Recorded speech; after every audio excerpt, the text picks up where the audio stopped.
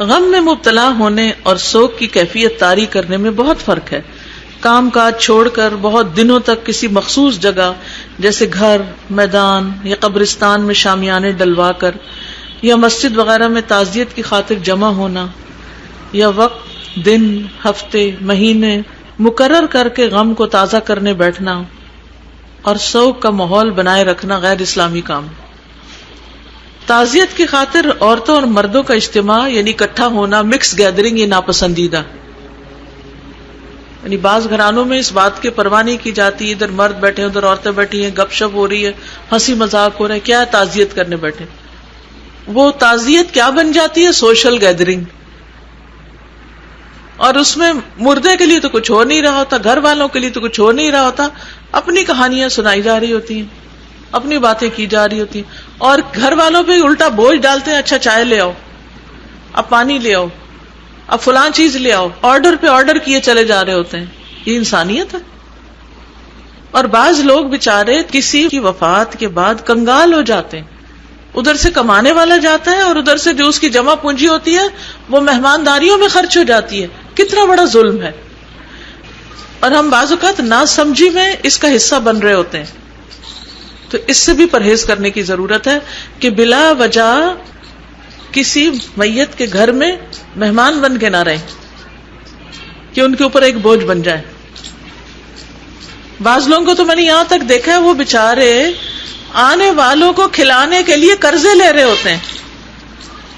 مجھے اچھی طرح یاد ہے کہ ہمارے نیبر میں کسی کی دادا کی وفات ہو، دادا، اچھا وہ بچی کا رشتہ طے تھا، تو انہوں نے اپنے بچی کی شادی کے لیے کچھ چیزیں بنا رکھی تھی، ابھی کچھ بنانی تھی، اور کچھ شادی کی ڈیٹ طے کی ہوئی تھی. اس سے پہلے دادا کی وفات ہو گئی.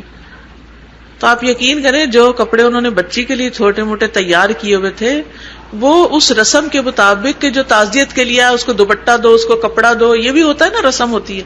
آنے والوں کو کپڑے بھی دیے جاتے ہیں جو دوسرے شہروں سے آتے ہیں، وہ ان کو دے دیے. جو پیسے جمع کیے تھے، جو دیگ پکنی تھی بیٹی کی شادی کی، وہ پک گئی دادا کی وفات کی، وہ بھی ختم، وہ بھی ختم. جوان بچی گھر میں بیٹھی ہے، دادا کیا فوت ہوئے، سب کچھ ساتھ ہی چلا گیا. کیا یہ انسانیت ہے؟ کیا یہ معقول بات ہے؟ ہم کب تک ان رسموں کی بھینٹ چڑھتے رہیں گے؟ کب تک ہم اپنے اوپر اور دوسروں پر ظلم کرتے رہیں گے؟ کیا اس میں سے کوئی چیز قرآن و سنت سے ثابت؟ کیا ایسا کرنے سے ہمیں کوئی اجر و ثواب ملے گا؟ اس طرح کی چیزوں سے دوسروں کو بھی منع کرنا چاہیے، روکنا چاہیے. اور پھر اس بہانے سے وہ دادی کو میٹھے چاول پسند تھے تو میٹھے چاول پکنے چاہیے، ان کو فلاں فروٹ پسند تھا تو وہ خرید کے لاؤ، اس کو فلاں چیز پسند تھی تو وہ پیش کرو. اور پھر جو سلسلہ شروع ہوتا ہے ہر جمعرات کا، اور پھر 40ویں کا، اور پھر برسی کا، اور پھر پتہ نہیں کس کس چیز کا، جو ایک ختم ہونے کا نام ہی نہیں لیتے. مرنے والا مر کے ختم ہو چکا، آپ اس قصے کو ختم ہی نہیں کر رہے. کہیں تو اینڈ ہونا چاہیے نا. ان چیزوں میں ہمارا مال بھی جاتا ہے، وقت بھی جاتا ہے، دین بھی جاتا ہے. تو اس لیے اس تعلیم کو عام کرنا، ان کتابوں کو گھروں تک پہنچانا، لوگوں تک پہنچانا، اپنی حد تک ان کو سمجھانا، یہ نہایت ضروری ہے تاکہ ہم اپنی شادیوں اور اپنی وفات میں سادگی اختیار کریں، کیونکہ سادگی ایمان کا حصہ ہے.